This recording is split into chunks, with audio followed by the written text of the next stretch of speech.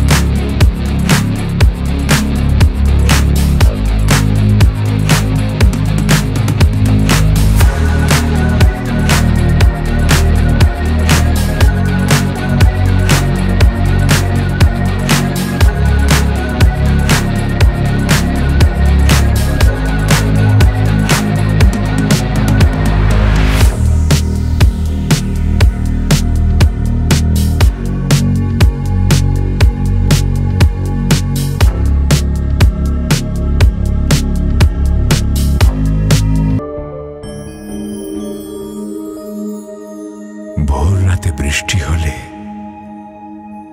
ঘুম ভাঙে কৈশোরে,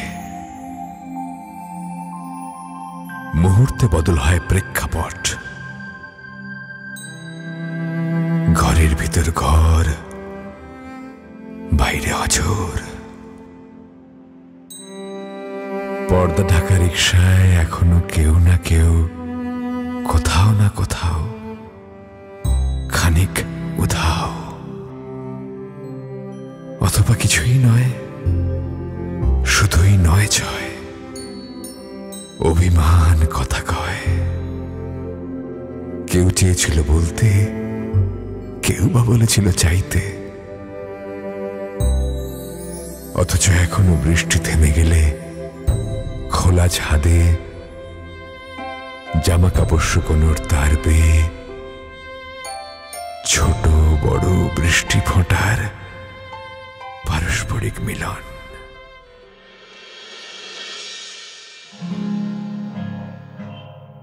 একদিন হঠাৎ তুমি তোমার সঙ্গে দেখা করে, একদিন হঠাৎ তুমি তোমার সঙ্গে দেখা করে, ঝড়ের বেগে কাটছে যেদিন, ঝড়ের বেগে কাটছে যেদিন, তারই মাঝে তোমায় একটু সময় তুমি দিও দেখা করে। একদিন হঠাৎ তুমি তোমার সঙ্গে দেখা করে।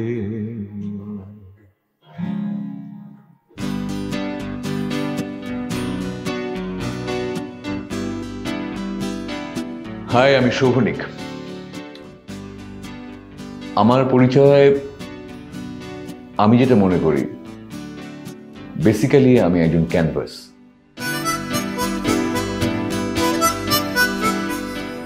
খুব চেষ্টা করি ক্যানভাসের মতন পারফেক্টলি সব রংটুকু আমার মধ্যে রিফ্লেক্ট করতে। তার কারণ প্রফেশনালি আমার অনেক পরিচয় থাকতে পারে, এক একজনের কাছে এক এক রকম।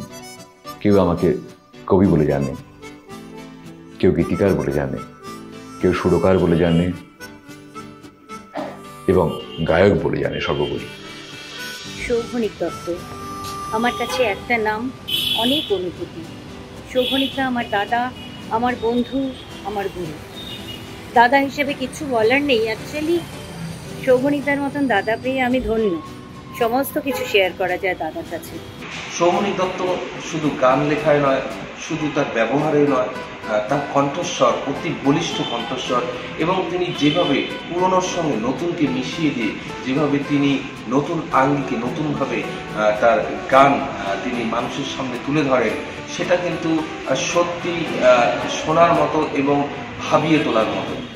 শোভনিক দত্তদা গীতিকার, বাচিক শিল্পী, কবি শোভনিক দত্তদার কথাই বলছি। ওনার লেখা কবিতা, ওনার বলিষ্ঠ উচ্চারণ, অসাধারণ বাচনভঙ্গি আমাদেরকে বারবার মুগ্ধ করে চলেছে। কিন্তু আমি মূলত নিজেকে মনে করি আমি জাস্ট একজন সংবেদনশীল মানুষ, যার মধ্যে আমার দেখা এবং সম্ভব হলে আমার না দেখা মানুষগুলোর অনুভূতিগুলো যাতে আমি আমার মধ্যে রিফ্লেক্ট করতে পারি।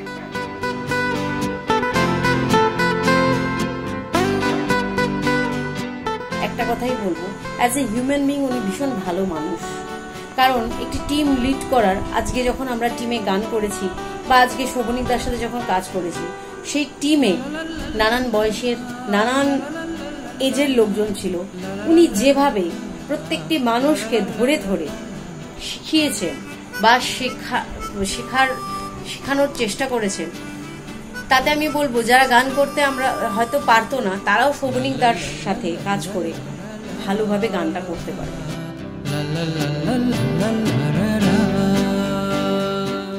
আমার ছোটবেলাটা আমি এখনো ইনফ্যাক্ট কাটিয়ে উঠতে পারিনি, এটাই প্রবলেম হয়তো, বা হয়তো এটাই আমার অ্যাডভান্টেজ।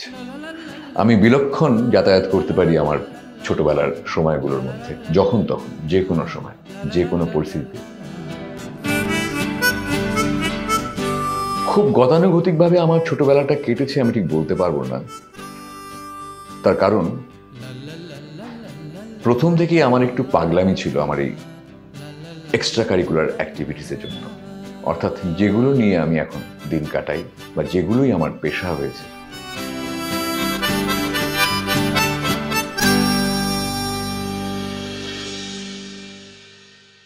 প্রবলেম ছিল একটাই, কোনোদিন সেকেন্ড হয়নি কোনো পরীক্ষায়। প্রবলেম বললাম এই কারণেই, ছোটবেলাটা উত্তরবঙ্গে কেটেছে, স্কুল লাইফ থেকে কলেজ লাইফ অবধি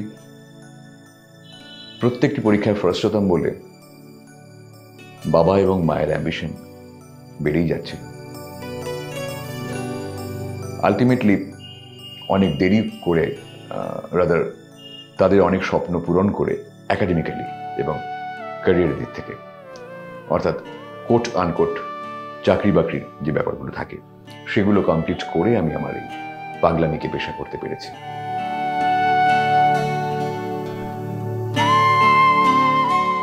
আমার পরিবার বলতে আমার বাবা এবং মা, প্রথম থেকেই, ছোটবেলা থেকে এখনো অবধি। শুধু মাঝখানে 2012-তে আমার মাকে হারিয়েছি, তাই মা এখন আমার মনে বাস করে।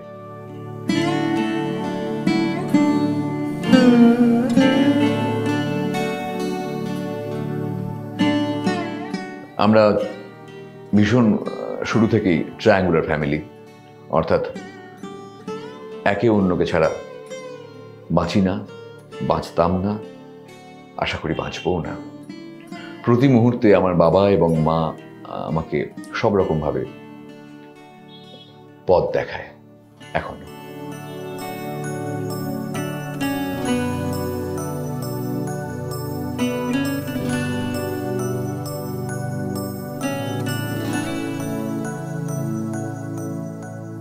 ছোটবেলা থেকেই সাহিত্যের প্রতি আমার একটি বিশেষ ইনক্লাইনেশন ছিল।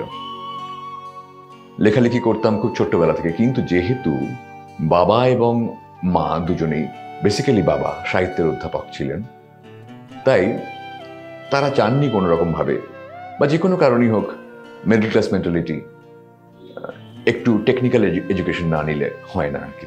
সেটা এখনো এই ধারণাটা রয়েছে। বাবা চাইতেন আমি ইঞ্জিনিয়ার হই, মা চাইতেন আমি ইকোনমিক্স নিয়ে MBA করি। পিওর সায়েন্স নিয়ে হায়ার সেকেন্ডারি করি আমি, ফিজিক্স, কেমিস্ট্রি, ম্যাথমেটিক্স এবং ফোর্থ সাবজেক্ট স্ট্যাটিস্টিক্স। যেহেতু ডাক্তার হওয়ার বা আমাকে ডাক্তার করার কোনো ইচ্ছে তাদের কোনো কালই ছিল না। আমি ইঞ্জিনিয়ারিংয়ে ভালো র্যাঙ্ক করেছিলাম, কিন্তু মা চাইনি আমি ইঞ্জিনিয়ারিং পড়ি। মায়ের ইচ্ছে অনুযায়ী আমি ইকোনমিক্সে অনার্স নিয়ে পড়তে শুরু করি। খুব ভালো রেজাল্ট করেছিলাম, স্ট্যান্ড করেছিলাম ইউনিভার্সিটিতে। তারপর MBA, সেখানেও স্কলারশিপ পেলাম। তারপর প্রথাগতভাবে ক্যাম্পাসিং থেকে 13খানা চাকরির অফার, তার মধ্যে একটি চাকরি নিয়েছিলাম। 3.5 বছর গুছিয়ে চাকরি করেছি, আরো বেশি গুছিয়ে একদিনের নোটিসে চাকরি ছেড়েছি।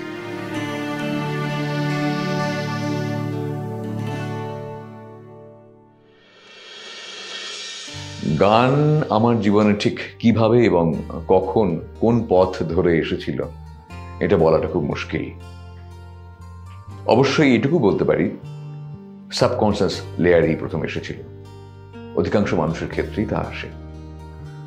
আমাদের বাড়িটি যে খুব সাংগীতিক পরিবেশ ছিল বাড়িতে, এ কথা বলতেও পারি, আবার নাও বলতে পারি। বলতে পারি এই কারণেই, প্রথাগতভাবে বেশ কিছু রবীন্দ্রসঙ্গীতের রেকর্ড তখন রেকর্ড হতো এবং সলিল চৌধুরীর কিছু কম্পোজিশন বাড়িতে নিয়ম করে বাজত, যেটা সাবকনসিয়াস লেয়ারে আমার কানে এসেছিল, বাজত। কিন্তু সে অর্থে কোনো আধুনিক গানের কম্পোজিশন বা কিছু রেকর্ডস আমাদের বাড়িতে খুব বেশি ছিল, এই কথা বলতে পারি না।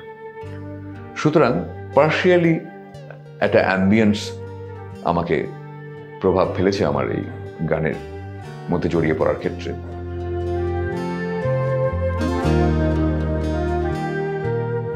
আমি বিদেশে চলে গেলাম, জার্মানিতে চলে গেলাম চাকরি করতে। সেখানে একটি অসহনীয় অবস্থার মধ্যে আমি ছিলাম। না ছিল আমার গান, না ছিল আমার লেখা, শুধুমাত্র 24 ঘন্টা একটি কোম্পানিকে নিয়ে ভাবা, যেহেতু ক্রিয়েটিভ হেড ছিলাম। 3.5 বছর পরে আমি চাকরি ছেড়ে দিয়ে কলকাতায় পালিয়ে চলে এলাম। শুরু করলাম আমার গান নিয়ে লড়াই।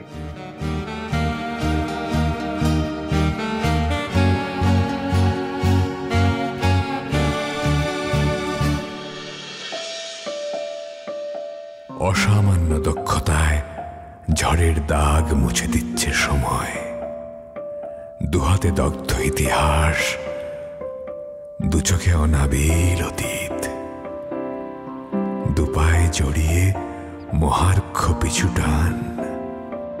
তবু দোকান ভরে শুনছি সময়ের মূর্ছনা।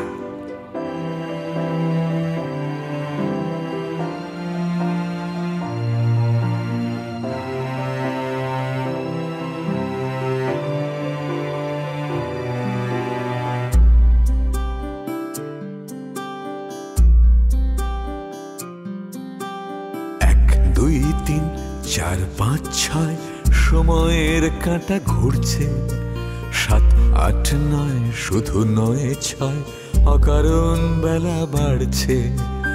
1 2 3 4 5 6 সময়ের কাঁটা ঘুরছে, 7 8 9 শুধু 9 6 অকারণ বেলা বাড়ছে। ফেলে আসা দিন, ভুলে যাওয়া ঋণ ইশারায় শুধু ডাকছে।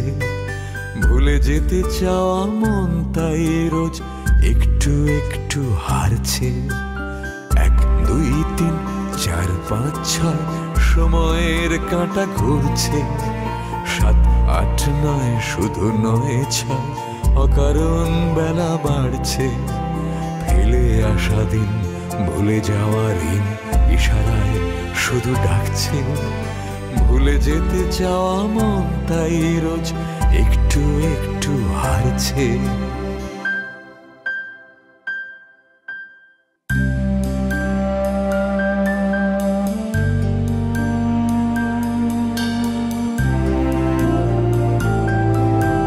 চেনা পথঘাট, স্বপ্নের হাট অচেনা মুখে ভরছে।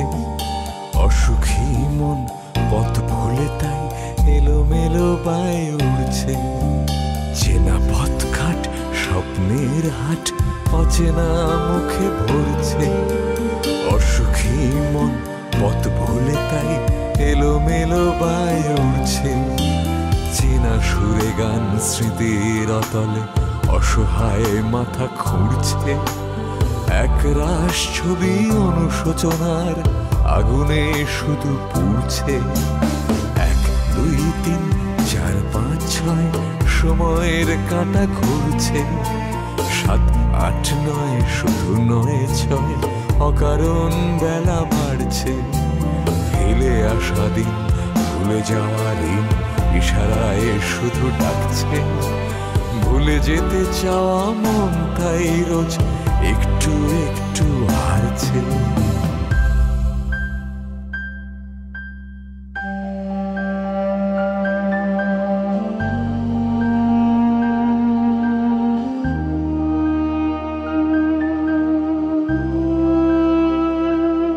পরিবারের সহযোগিতা প্রথম দিকে পাইনি, পাওয়া স্বাভাবিক ছিল না। পরিবার বলতে আমার বাবা এবং মা, তারা বিশেষ চাননি যে আমি আমার গানটাকে ক্যারিয়ার করি বা লেখাটাকে ক্যারিয়ার করি। ন্যাচারালি একটা মিডল ক্লাস মেন্টালিটি, কখনই তারা চাইতে পারেনও না। তারা দুজনে অধ্যাপক ছিলেন, অত্যন্ত প্রতিষ্ঠিত তারা দুজনেই তাদের জীবনে। তাদের ছেলে হঠাৎ করে গান গেয়ে বেড়াবে, এই গান গেয়ে বেড়ানো কথাটা আমি কোট আনকোট রাখলাম এই কারণেই, তাদের তখন সেটাই মনে হয়েছিল, গান গেয়ে বেড়াবে, জাস্ট আনবিলিভেবল। এবং যেখানে আমার রেজাল্টটি সবসময় ভালো হয়, আমি ক্লাসের ফার্স্ট বয়, টিচার আমাকে নিয়ে প্রচণ্ড অ্যাম্বিশিয়াস, তো ন্যাচারালি প্রথমে সহযোগিতা পাইনি, লুকিয়ে লুকিয়ে গান করতে গেছি। মানে ইনফ্যাক্ট যে বয়সে ছেলেমেয়েরা লুকিয়ে সিনেমা দেখতে যায়, আমি লুকিয়ে অনুষ্ঠান করতে যেতাম, এবং যে জামা কাপড় পরে অনুষ্ঠান করতে যাব সেটা বন্ধুর বাড়িতে লুকিয়ে রাখতাম। মানে আমি যখন ফাইনালি ডিসিশন নিলাম চাকরি ছেড়ে দিয়ে গান বাজনাটাই করব, পরে কিন্তু অবিশ্বাস্যভাবে আমার বাবা এবং মায়ের দুজনের কাছ থেকেই আমি অত্যন্ত বেশি পরিমাণে সহযোগিতা, পূর্ণ সমর্থন পেয়েছি এবং পাচ্ছি।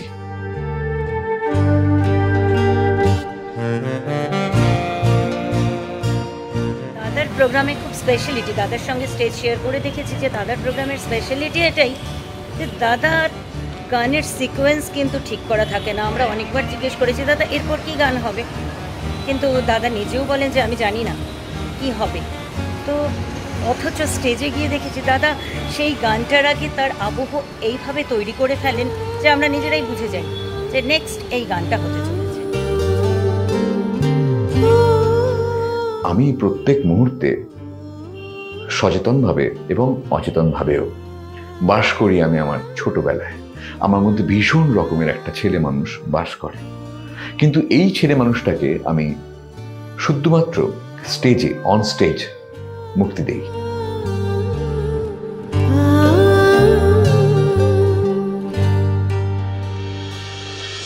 Shobhanik off the stage is a very simple, humble guy, but the same guy when he gets onto the stage, onto his synthesizer, is a different person altogether. He creates magic with his finger and his voice. এত সুন্দর stage presentation, স্টেজে উঠলেই মনে হয় হ্যাঁ কেউ একজন উঠেছে, এবং অডিয়েন্স ক্যাপচার মাত্র মোহিত হয়ে দেখায়। আমি তো দেখি, আমি তো fan. Shobhanik to me is an energizer who is an all-round performer. He has music for all generations and he plays all genre of music. So there's never a dull moment in his performance. And in the end you're so happy because you had such a good time with him. অনেকেই আমাকে প্রশ্ন করেন, যেহেতু আমার বেশিরভাগ লেখা এবং composition একটু টু সাম এক্সটেন্ট ট্র্যাজিক, বিরহ সম্পর্কিত, ন্যাচারালি অনেকেই প্রশ্ন করেন আমাকে বা ভাবেন, যারা মুখের সামনে প্রশ্ন করতে পারেন না, যে আমার জীবনে বোধহয় একাধিক কষ্ট রয়েছে আর কি, ধাক্কা আর কি, কোটান কোট ধাক্কা রয়েছে আমার জীবনে।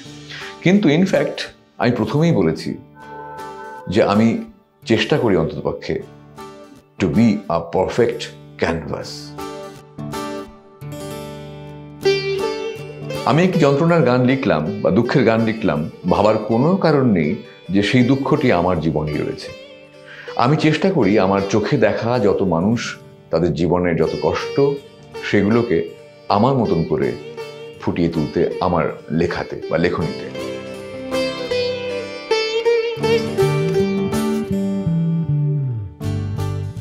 অন্য সঙ্গীত শিল্পীদের সঙ্গে আমার তফাৎ খানিকটা অ্যাপারেন্ট একটা পয়েন্টে অ্যাটলিস্ট। আমি নিজের লেখা গাই, নিজের কম্পোজিশন গাই, আর কিছু শিল্পী এমন আছেন যারা অন্যদের লেখা গান করেন। আমি সেই শ্রেণীতে পড়ি চর্যাপদে যাদেরকে বলা হয়েছে বাগ্যেয় কারক। শোভনিক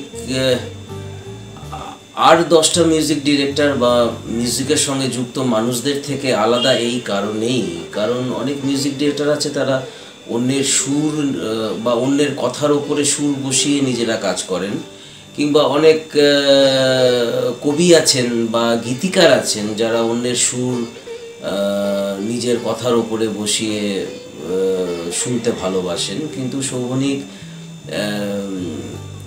নিজে যেমন কথা তৈরি করে এবং সেই কথা এতটাই গুরুত্বপূর্ণ, সেখানে যেমন প্রেম আছে, সেখানে যেমন প্রকৃতি আছে, সেখানে যেমন আজকের সমাজের বাস্তবতা আছে, এই সবটা একটা মেলবন্ধন শোভনিকের লেখার মধ্যে পাই বলেই আমার মনে হয় আর সবার থেকেই শোভনিক আলাদা।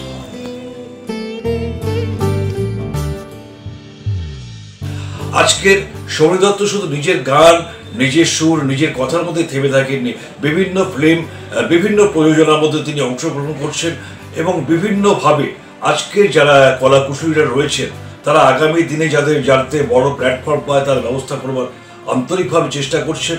বারে বারে যেহেতু নিজের শহর কোচবিহার, সেই সমস্ত শিল্পীদের ওঠাবার জন্যে, তাদেরকে ভালো কাজ দেওয়ার জন্যে তিনি ছুটে ছুটে আসছেন নিজের পয়সা খরচা করে।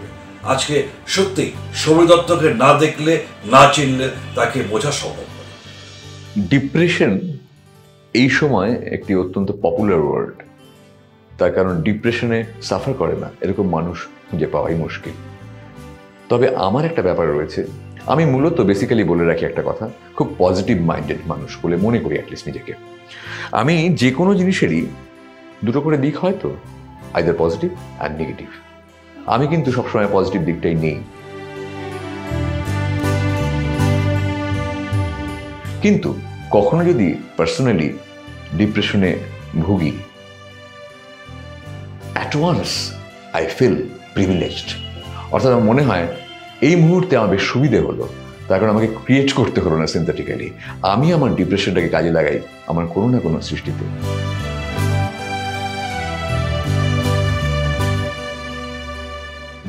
অনেক গায়ক আছেন যাদের গান এখন বিখ্যাত, কিন্তু দাদার গানগুলো কিন্তু একটু সব থেকে আলাদা। তার গানের আগে যে তিনি কথাগুলো বলেন, গান যে লেখেন, সেই গাথা এবং গান নিয়ে কিন্তু এক একটা গল্প তৈরি হয়। এই গল্পগুলো প্রত্যেকটা গানের গল্প কিন্তু একটা গানের সাথে থেকে আলাদা। কবিতার ব্যাপারটা মানে লেখার হাত এবং হাতের লেখা এই দুটোই আমি খুব সচেতনভাবে বাবার কাছ থেকে পেয়েছি।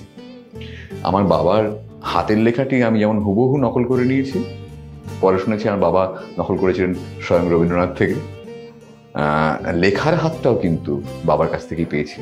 আমার বাবা অসম্ভব ভালো লিখতেন তো অবশ্যই, এখনও অসম্ভব ভালো লেখেন। এবং সেই সময় আমার জন্মের পর থেকেই আমি দেখে আসছি যে আমার বাবার রেগুলার কবিতার বই পাবলিশড হতো এবং সেই কবিতা অনেক আবৃত্তিকারও পাঠ করতেন বিভিন্ন অনুষ্ঠানে।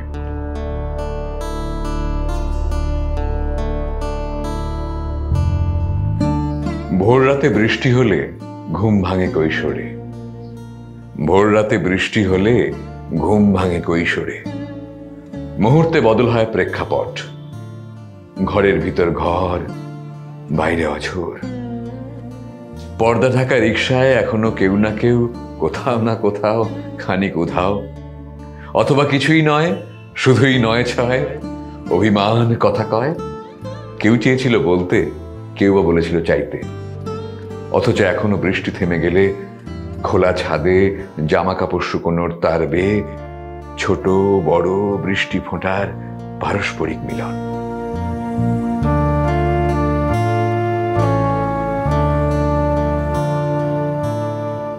শোভনিক দত্ত আমাদের কুচবিহার শহরের প্রিয় শোভনিক দা অসাধারণ গান করেন, আমরা সকলেই কম বেশি জানি। তবে তিনি তার যে ব্যাপারটা আমাকে খুব টানে সেটি হচ্ছে তার অসাধারণ লেখা। শোভনিকদার লেখার আমি প্রচণ্ড ফ্যান।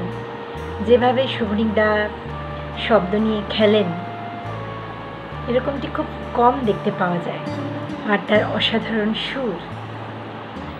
আমি শোভনিকদাকে যতটা কাছে থেকে প্রত্যক্ষ করেছি বা জেনেছি তাতে আমার মনে হয়েছে উনি একজন ব্যতিক্রমী মানুষ। উনি একাধারে একজন স্যার, একজন বন্ধু, একজন দাদা, একজন অভিভাবক। আরেকদিকে উনি একজন আবৃত্তিকার, গীতিকার, সুরকার এবং দক্ষ একজন শিল্পী।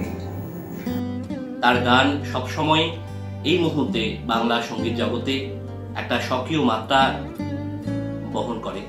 তার সুর, তার কাব্য এবং সর্বোপরি তার প্রেজেন্টেশন, এই মুহূর্তে যেভাবে তিনি সবার কাছে পৌঁছে যান তার গান নিয়ে, সেটা একেবারেই স্বতন্ত্রভাবে। আমি ব্যক্তিগতভাবে চাই শোভনিকদা আরও বড় জায়গায় পৌঁছে যাক, কোচবিহারের নাম ছড়িয়ে পড়ুক সারা পৃথিবীতে, এবং সর্বোপরি বাংলা সঙ্গীত জগতের একজন প্রতিনিধি হিসেবে শোভনিকদা আরও বেশি সুনাম অর্জন করুক। একা শোভনিক, একাই 100। একা শোভনিক আমার ব্র্যান্ড নেম, একাই 100 আমার ব্র্যান্ড ট্যাগ। আমি আমার নিজের গান লিখি, সুর করি, মিউজিক করি এবং পারফর্ম করি। শুধু তাই নয়, আমার দুটো গানকে ব্রিজ আপ করি আমারই লেখা কোনো কবিতা বা সংলাপ দিয়ে। এতগুলো কাজ একসঙ্গে করি বলে প্রশ্নটা আসতেই পারে এরকম যে আমি কি সবগুলোর প্রতি আলাদাভাবে জাস্টিস করছি, অর্থাৎ লেখা, সুর, গাওয়া, মিউজিক। এই প্রশ্ন আসতেই পারে। উত্তর কিন্তু আমার কাছে খুব সহজ। আমি আগেই বলেছি যে সবটা মিলিয়ে আমার একটা অভিনয়। অর্থাৎ কিনা আমি যখন একটি লেখা লিখছি তখন কিন্তু আমি আমার পারফরমেন্সটা দেখতে পাচ্ছি, সেটাকে যখন সুর করছি তখনও দেখতে পাচ্ছি, আর যখন গাইছি তখন তো পাচ্ছি।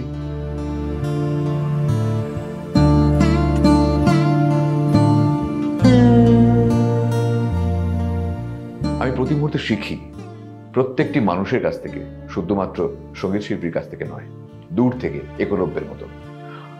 এমনও হয়েছে আমি একটি বিশেষ চ্যানেলে রিয়েলিটি শোয়ের জাজমেন্ট দেই।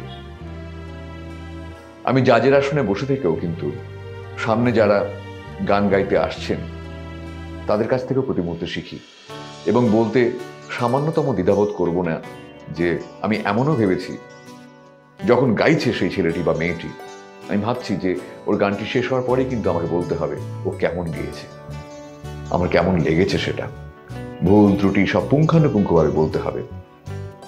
But at the same time আমি যখন গানটা শুনছি প্রতি মুহূর্তে ভাবি যে আচ্ছা এরকমটি আমি গাইতে পারবো।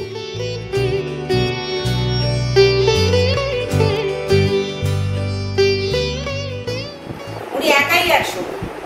উনি একাধারে গীতিকার, একাধারে সুরকার, একাধারে উনি আবৃত্তিকার, সমস্ত কিছু উনি একা দক্ষ হাতে সামলান। ওনার যে জিনিসটা আমাকে সবচেয়ে বেশি আকৃষ্ট করে সেটা হলো ওনার ধৈর্য এবং উদারতা। এই শোভনিকদার কাছে কোনো শ্রেণীবিন্যাস নেই, তিনি সকলকেই সমান দৃষ্টিতে দেখে এবং সমানভাবে গ্রহণ করেন। কেউ যদি এসে আমাকে বলে, বা যখন বলে আমি আপনার খুব বড় ফ্যান, আমি খুব খুশি হই না। আমি নিজেও বিশেষ কারোর কোনোদিন ফ্যান ছিলাম না। আমি গুণের কাদেরদান। আমি গুণের প্রশংসা করতে পারি, শিখতে পারি প্রতি মুহূর্তে তার কাছ থেকে। আর এই ভালোবাসার পাওয়ার ক্ষেত্রে, অর্থাৎ শুভাকাঙ্ক্ষা এবং শুভেচ্ছা পাওয়ার ক্ষেত্রে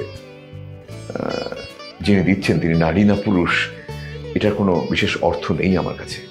আমি মানুষের শুভাকাঙ্ক্ষা পেতে পছন্দ করি, মানুষের ভালোবাসা পেতে পছন্দ করি।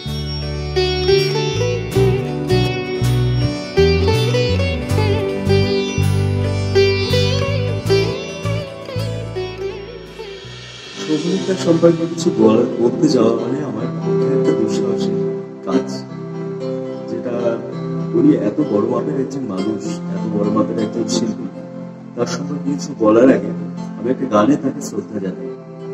একটা ছোট্ট স্বপ্ন ছিল সে, প্রতিদিন দেখা না দেখা, এখনো হৃদয়টা ঘুরে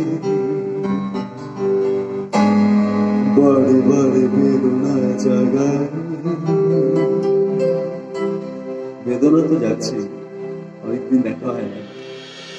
প্রথম প্রেম,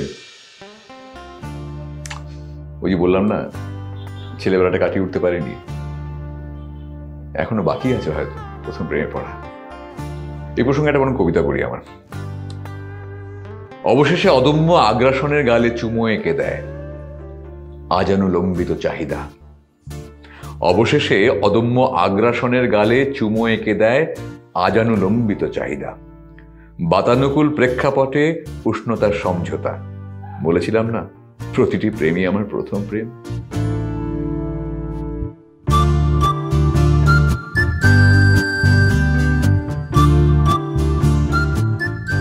আমি প্রতি মুহূর্তে প্রেমে পড়ি, পড়তে ভালোবাসি,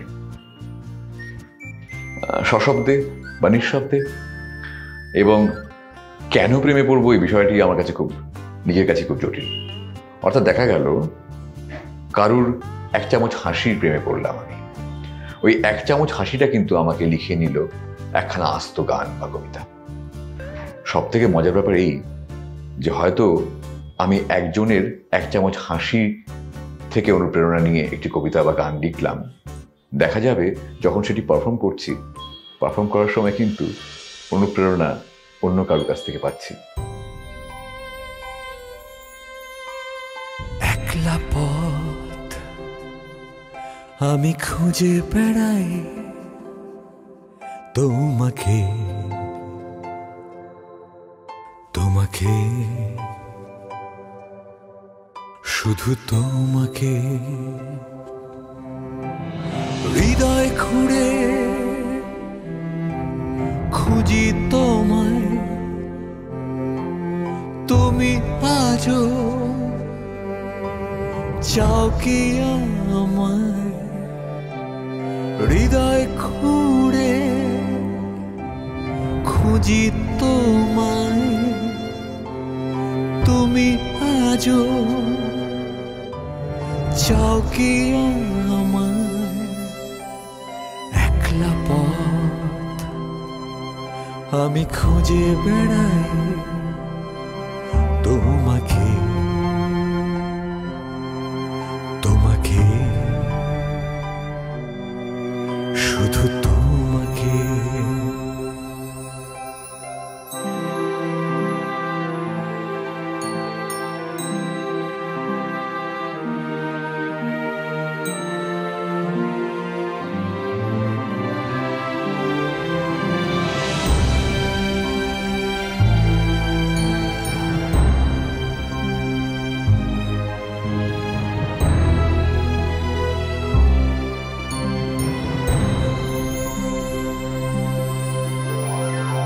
চোখে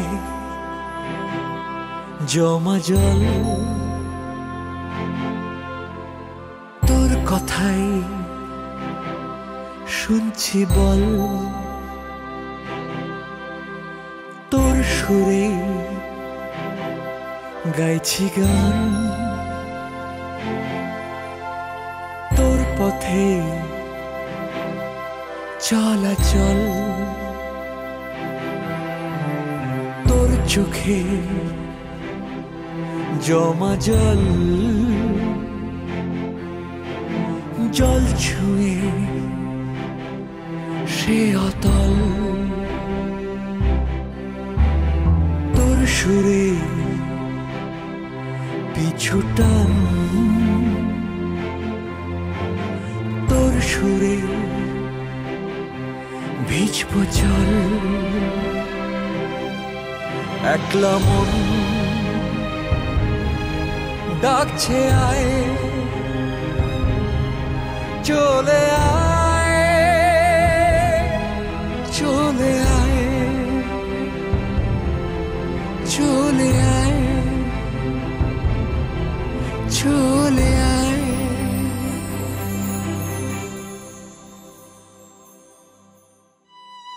একলা পথ আমি খুঁজে বেড়াই তোমাকে, তোমাকে। তোমাকে, শুধু তোমাকে। বাবা এবং মায়ের মধ্যে কোনো কম্প্যারিজন করতে পারবো না। বাবা এবং মা সমানভাবে ভালোবাসি, এক মুহূর্তের জন্য কখনো বেশি বা কম হয়নি। আর অন্য কারোর প্রশ্ন নেই, তবে একজন আছে যাকে খুব করে চেনার চেষ্টা করছি সেই তবে থেকে। ভালোবাসি মারাত্মক পাগলের মতো, খুঁজে বেড়াই তাকেই দিনের শেষেও আয়নার সামনেই।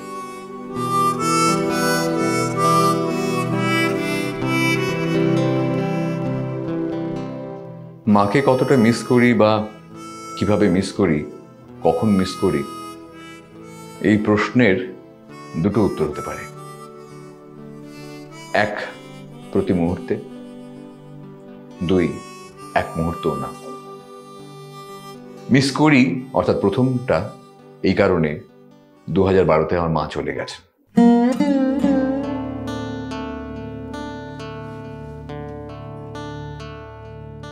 আর দ্বিতীয় উত্তর, এক মুহূর্তও না, এই কারণে প্রতি মুহূর্তে ফিল করি ভীষণভাবে মা আছে পাশে, আমার সঙ্গে, আমার ভেতরে। আর এই সঙ্গে থাকার দুটো প্র্যাকটিক্যাল ইনস্ট্যান্স দেই। সব থেকে বড় ইনস্ট্যান্স, আমি যখন কোনো গান তৈরি করি, নতুন গান, গানটি কমপ্লিট হয়ে যাওয়ার পরে আমার কাছে একটি সমস্যা থাকে। সেটা হলো ঠিক কোন স্কেলে এই গানটি সব থেকে বেশি ব্লুম করছে। আমি মা থাকাকালীন মাকে 3টে স্কেলে, 3টে অপশনে আমি শোনাতাম। মা বসে বসে শুনতো এবং মাঝে মাঝেই চোখ না তুলেই বলতো, লোয়েরটা আর একবার শোনালাম। প্রথম যেটা শোনালি সেটা কি এটা ছিল না, সেটা কোনো যেটা হাই ছিল, ওটা আরেকবার শোনা। অনেকবার করে 3টে অপশনই শোনার পর মা মত দিত যে না, এটা এই স্কেলেই ভালো লাগছে।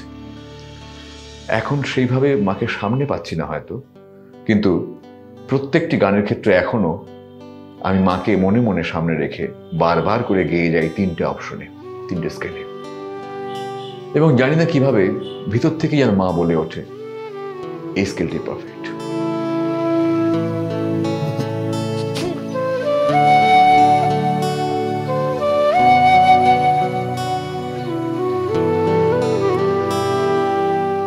প্রোগ্রামের দিন ঠিক বাড়ি থেকে বেরোনোর সময় আমার মা একটা অদ্ভুত, মানে একটা নিঃশব্দে আমাকে একটা এনকারেজমেন্ট দিত, যেটা আমি ক্যারি করতাম সঙ্গে স্টেজে অবধি। স্টেজে যখন পারফর্ম করতাম প্রত্যেকটা গান মাকে শোনাতাম মনে মনে। আমার বাবা এখন এই দুটো ভূমিকাই পালন করে। আমার বাবার ভূমিকাটা যেটা আগে ছিল সেটা করেই, প্লাস আমার মায়ের ভূমিকাটা সম্পূর্ণভাবে নিয়ে নিয়েছে আমার বাবা।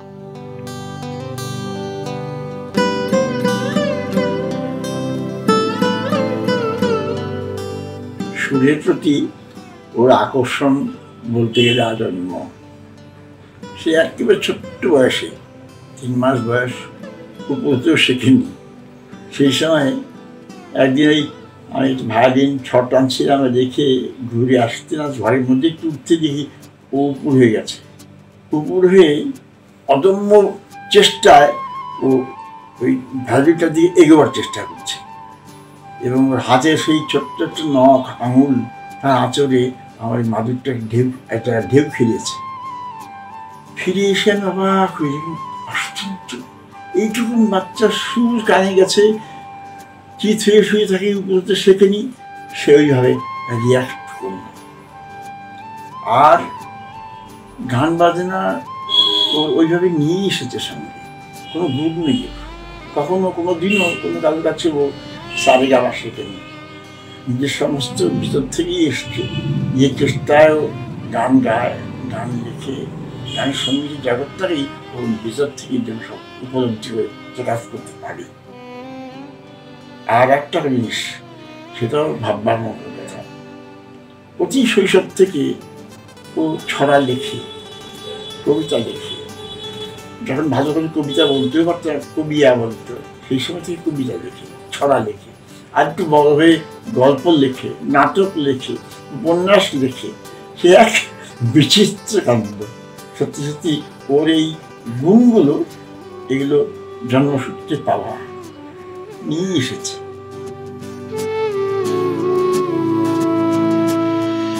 কিন্তু এর বাইরেও আরেকজন আছেন যিনি প্রত্যেক মুহূর্তে আমার প্রত্যেকটি প্রোগ্রামে দেশে বিদেশে সর্বত্র সশরীরে উপস্থিত থেকে সব রকমভাবে আমাকে সহযোগিতা করে, ইন্সপায়ার করে, এনকারেজ করে এবং লিটারালি ফিডব্যাক দেয় on the stage as the monitors. আমি আমার প্রতিটি গান গাইতে গাইতে মাঝখানে অ্যাটলিস্ট দুবার তার দিকে তাকিয়ে নিই আর চোখে। তার মুখের প্রত্যেকটি রেখা আমাকে বলে দেয় যে whether I am going right or wrong, whether the sound is right or wrong. তার নাম গোপাল।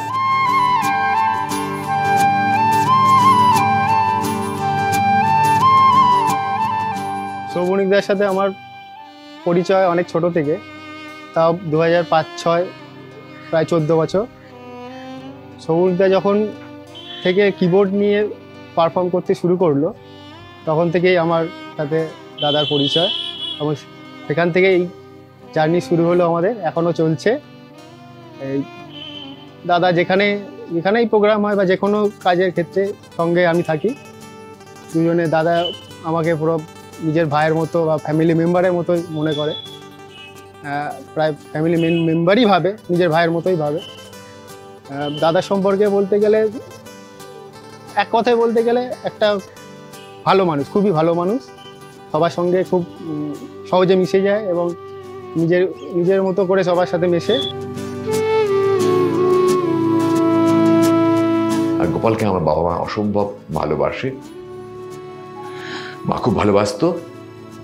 প্রত্যেকটি প্রোগ্রামে বেরোনোর সময় গোপালের প্রতি অনেক ইনস্ট্রাকশনও থাকতো আমার জন্য। ও বাইরে বেরোলে বলতে আমার দ্বিধা নেই, he acts like my mother.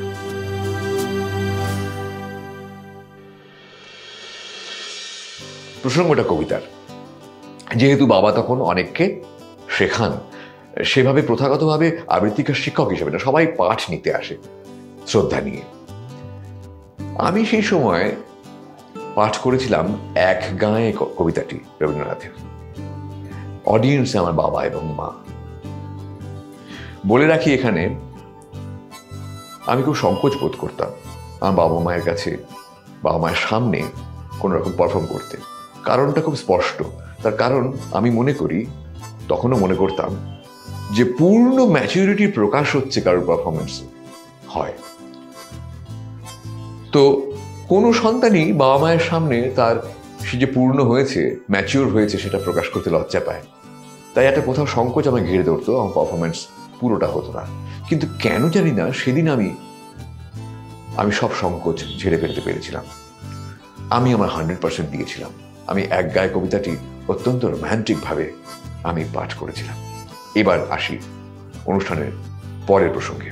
ফিরছি সাগরদিঘির পাড় ধরে। আমি সামনে, আমার বাবা মা আমার পিছনে পিছনে হেঁটে আসছে। আমি শুনতে পাচ্ছি কথোপকথন। বাবা বলছে, দেখলে, শুনলে ছেলের কবিতা? মা বলল, হ্যাঁ শুনলাম।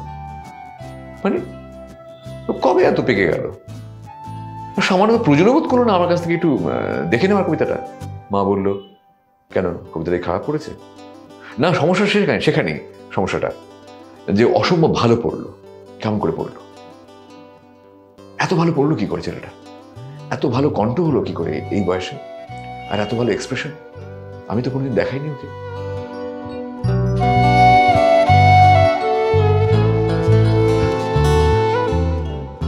এই সেদিনও আমার বাবার সঙ্গে এই স্মৃতিচারণ হয়েছে, এই কয়েকদিন আগেই। বাবা মনে করিয়ে দিল। তো বাবার ভূমিকা আমার জীবনে এরকমই, friend, philosopher and guide, literally.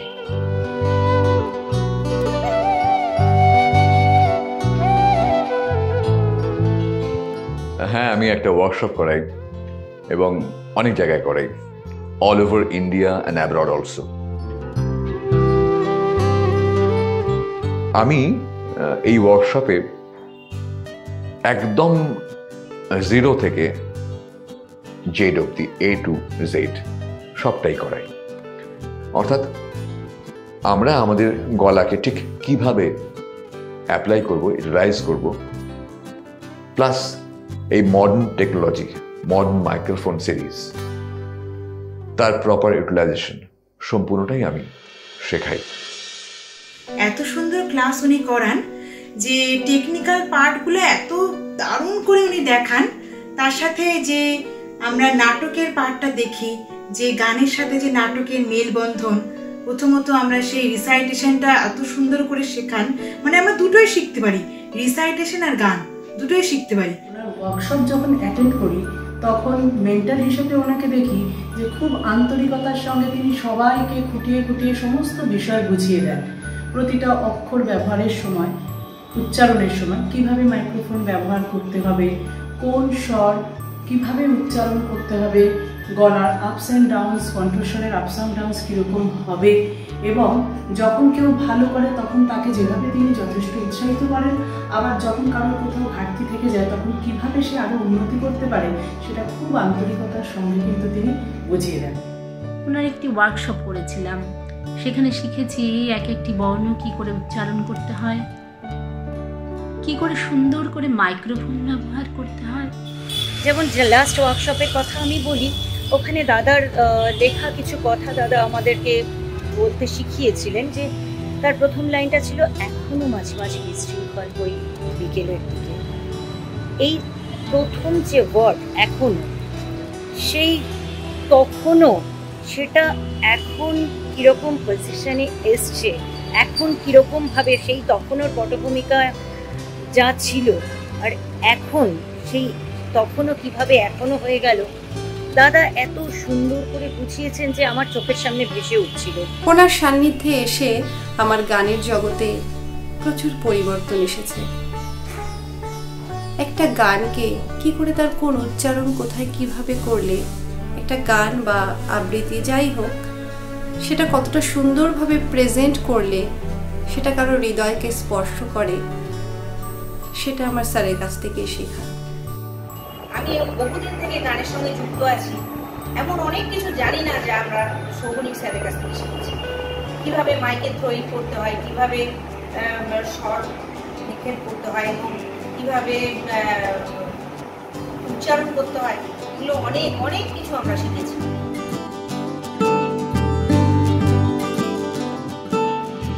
আমার প্রিয় শহর ন্যাচারালি কোচবিহার।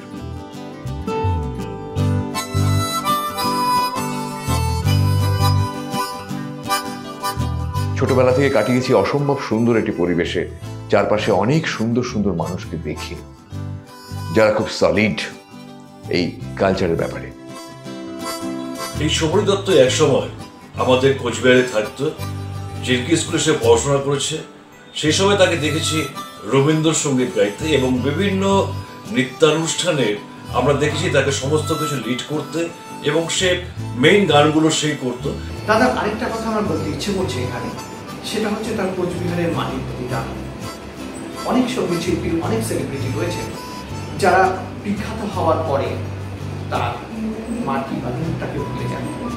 এক্ষেত্রে কিন্তু দাদা তিনি যখন আন্তর্জাতিক মঞ্চে সম্মানিত হচ্ছেন সেই সময় কিন্তু তিনি তার মাটিকে বলতে ভুলেননি। তিনি যে কোচবিহারের মানুষ, কোচবিহারের ছেলে, সেটা কিন্তু তিনি সেখানে দরাজ কণ্ঠ করেছেন। যার গানের সঙ্গে অঙ্গাঙ্গিভাবে মিশে গেছে আজ কোচবিহার, সে দাদাকে আমার অসংখ্য শুভেচ্ছা। কিন্তু তবুও জীবনের অর্ধেকের বেশি সময় কাটিয়ে ফেললাম কিন্তু কলকাতায়।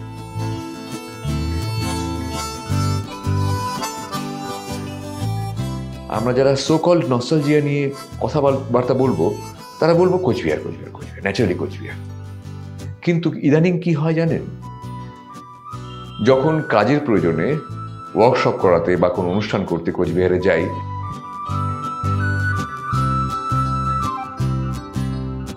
যে আনন্দ, অসম্ভব আনন্দ কাজ করতে থাকে ভিতরে, যাওয়ার পরেও সেখানে পৌঁছানোর পরেও কি অসম্ভব আবেগ। কিন্তু দেখা যায় 5-6 দিন 7 দিন পেরোনোর পর ওখানে কাজের প্রয়োজনে কোথাও একটা অসম্ভব রকমের টান, চোরা টান ফিল করতে শুরু করি কলকাতার জন্য।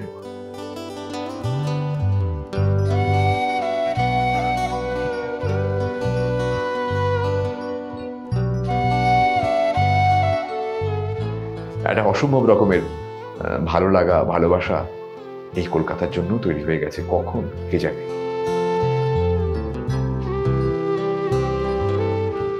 আমার সব থেকে পছন্দের 3টে খাবার, যদি আপনারা চাকে কোনো খাবার বলতে চান বা পারেন তাহলে বলবো 1 নম্বরে চা। আর তারপরে যে 2টো জায়গা খালি থাকলো সেখানে প্রথমে আসবে উচ্ছে ভাজা দিয়ে ভাত, আর 2 নম্বরে আসবে নিম বেগুন ভাজা দিয়ে ভাত।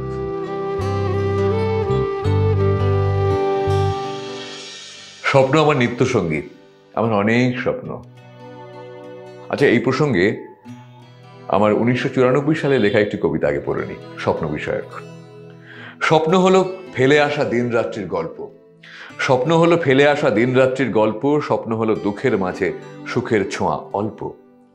স্বপ্ন তুমি মিথ্যে করে বানিয়ে গল্প বলা, স্বপ্ন তুমি ঘুমের ভেতর অনন্ত পথ চলা, স্বপ্ন তুমি মায়ের বুকে ছোট্ট ছেলের হাসি, স্বপ্ন তুমি প্রতিবেশীর নিঝুম রাতের কাশি, স্বপ্ন তুমি আমার সাথী দিনের কথকতা, স্বপ্ন তুমি কাচের গ্লাসে রাতের মাদকতা।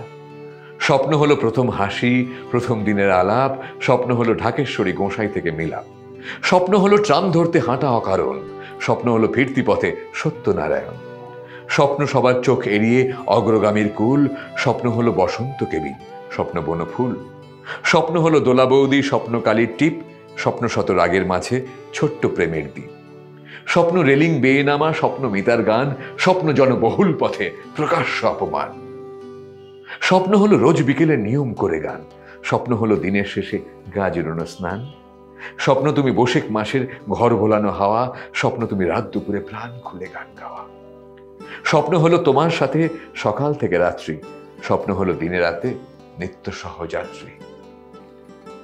আমার সব থেকে বড় স্বপ্ন এবং প্রথম স্বপ্ন আর একবার মাকে ফিরে পাওয়া সামনে, যদি সম্ভব হতো।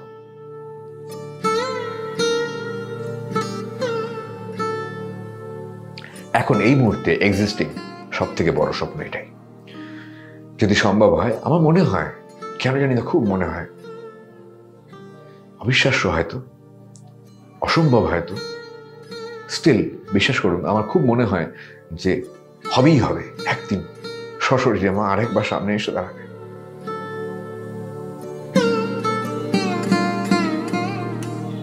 আমার দ্বিতীয় স্বপ্ন, আমি এই ওয়ার্কশপে, আমার যে ওয়ার্কশপগুলো হয় সেই ওয়ার্কশপগুলোতে যা যা বলতে চাই, করতে চাই, বোঝাতে চাই, সেই সব কথাগুলো একরকমভাবে সবাই বুঝতে পারবে এবং করতে পারবে। এটাও আমার কাছে একটা বড় স্বপ্ন।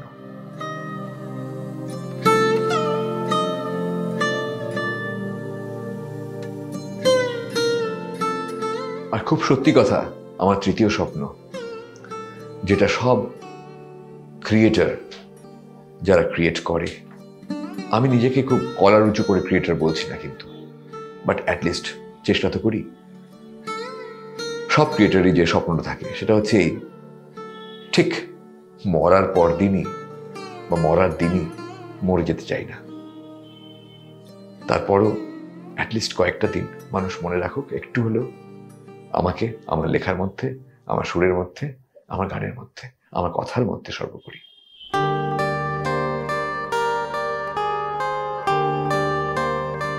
আমার চোখে দেখা সেরা গীতিকার, সেরা কবি, সেরা বাচিক শিল্পী দাদা, আপনি ভালো থাকুন, সৃজনে থাকুন, অনেক শুভেচ্ছা নেবেন। শোভন দত্তর সাফল্য কামনা করি, তার এই বলিষ্ঠ কণ্ঠস্বর যেন মানুষের মধ্যে আরো পৌঁছে যায়, তার নতুন নতুন গান কে যেন মানুষ নিতে পারে এবং মানুষ শোনে, এবং শুধু প্রেম ভালোবাসায় নয়, প্রকৃতি, মানুষের কাছে পৌঁছে দেওয়া, আজকে সমস্ত কিছু নিয়ে কিন্তু সৌগনিক দত্ত গান পাচ্ছেন।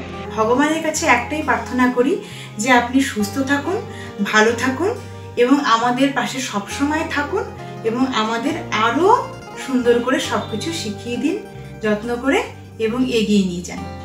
All power is within you. You can do anything, you can do everything. শৌগনিক দা তার ব্যবহারিক জীবনে সেটাকে বাস্তবায়িত করে দেখিয়েছেন। শৌগনিক দা, তুমি আরো অনেক অনেক অনেক অনেক সুন্দর সুন্দর লেখো, সুন্দর সুন্দর গান তোমার কলম দিয়ে প্রসব হোক, আমরা তোমার সুরের মূর্ছনায় ভেসে যাই। খুব খুব ভালো থাকো।